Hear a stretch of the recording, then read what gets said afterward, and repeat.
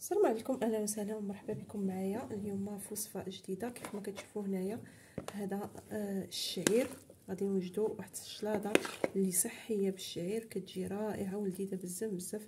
في هذا رمضان هذا يمكن لكم تفطروا بها وحتى تسحروا بها، راه كتجي ساهله. المهم هذا راه الشعير ماشي ابلي اللي غيقولوا لي هذاك ابلي د القمح، لا ماشي هذاك اللي في الباكيه، هذاك صراحه تيكون حتى الثمن ديالو زايد وما كاملش كيلو، يمكن شي كدا 20 درهم. سيروا عند العطار البنات، راه كيبيع العطار هذا ابلي هذا وبثمن مناسب، كيبيعوا ب 10 دراهم الكيلو. هني كيبيعوا العبار فيه الشعير وفيه القمح. المهم هذا الشعير غادي نحتاج الشعير، ها هو سلقته. غادي نضيف عليه الخيار مقطع، ها الخيار قطعته غادي نضيفه بحال هكا. خيزو حتى هو عندي خيزو محكوك،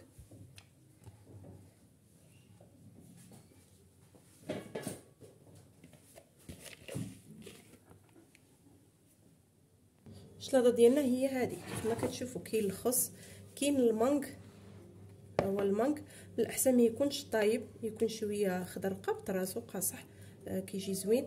تفاح خضر، خيزو، الخيار والشعير كيف ما قلنا. قال لكم ديروا لي شو داك الخضر اولا لي شو الاحمر الا كانوا متوفرين. انا ما عنديش هنايا، عندي الزريعه د القرعه، زريعه نوار الشمس والقرقاع. وغادي ندوزو باش نصايبو اون صوص اللي غادي نخلطو بها هاد السلطه هادي. وهنايا غادي نضيف زنجلان محمر.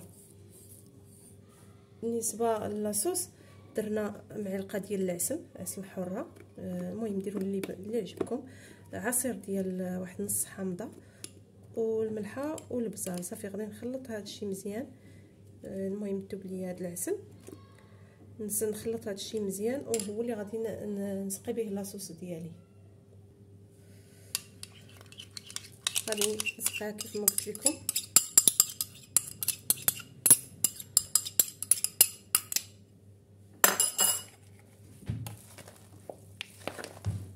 صافي غادي نخلطوها مزيان.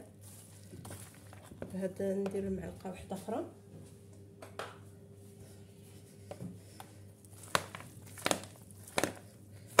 راه صحيه، المهم لي زانغريديون راه يبينوا لكم ويعطيوكم الخبر بانها شلاضه اللي رائعه بزاف. وبالنسبه للناس اللي كتكون عندهم لا كونستيباسيون في هذا رمضان صراحه مزيانه ليهم بزاف بزاف، لان يعني ما كاينش الرز اولا، وكاين الالياف ديال الشعير، كاين فواكه، كاين خضار.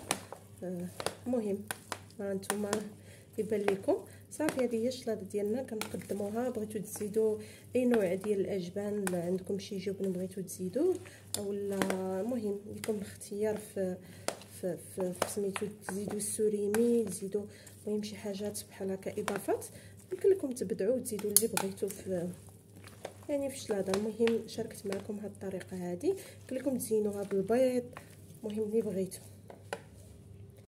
المهم نسيت هنايا ما ذكرت معكم الزبيب والمشماش، حتى هما كنديروهم، نسيت ما ذكرتهم. تنغسلوهم ونقطعوهم نديروهم حتى هما كنزيدوهم لاصالات. صافي كنخلطو مزيان.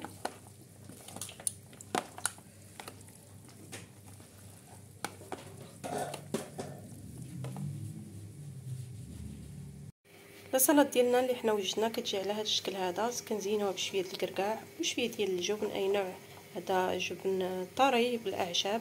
يمكن لكم تزينوا باش ما بغيتو. كيف قلت لكم بلا ما نبقى نعاود بان صحيه ولذيذه لذيذه بزاف وتيحبوها الناس الكبار والصغار، كلشي كيبغي هاد الشلاضه هذه. بقى لي الا نودعكم نقول لكم مع السلامه، وصفه جايه ان شاء الله. ما تنسوناش من الدعم ديالكم، لايك واشتراك، تفعلوا الجرس باش يوصلكم كل ما هو جديد، وتبارطاجيو مع الاهل والاحباب ديالكم وصفات بحال هكا اللي كيكونوا صحيين. مع السلامه.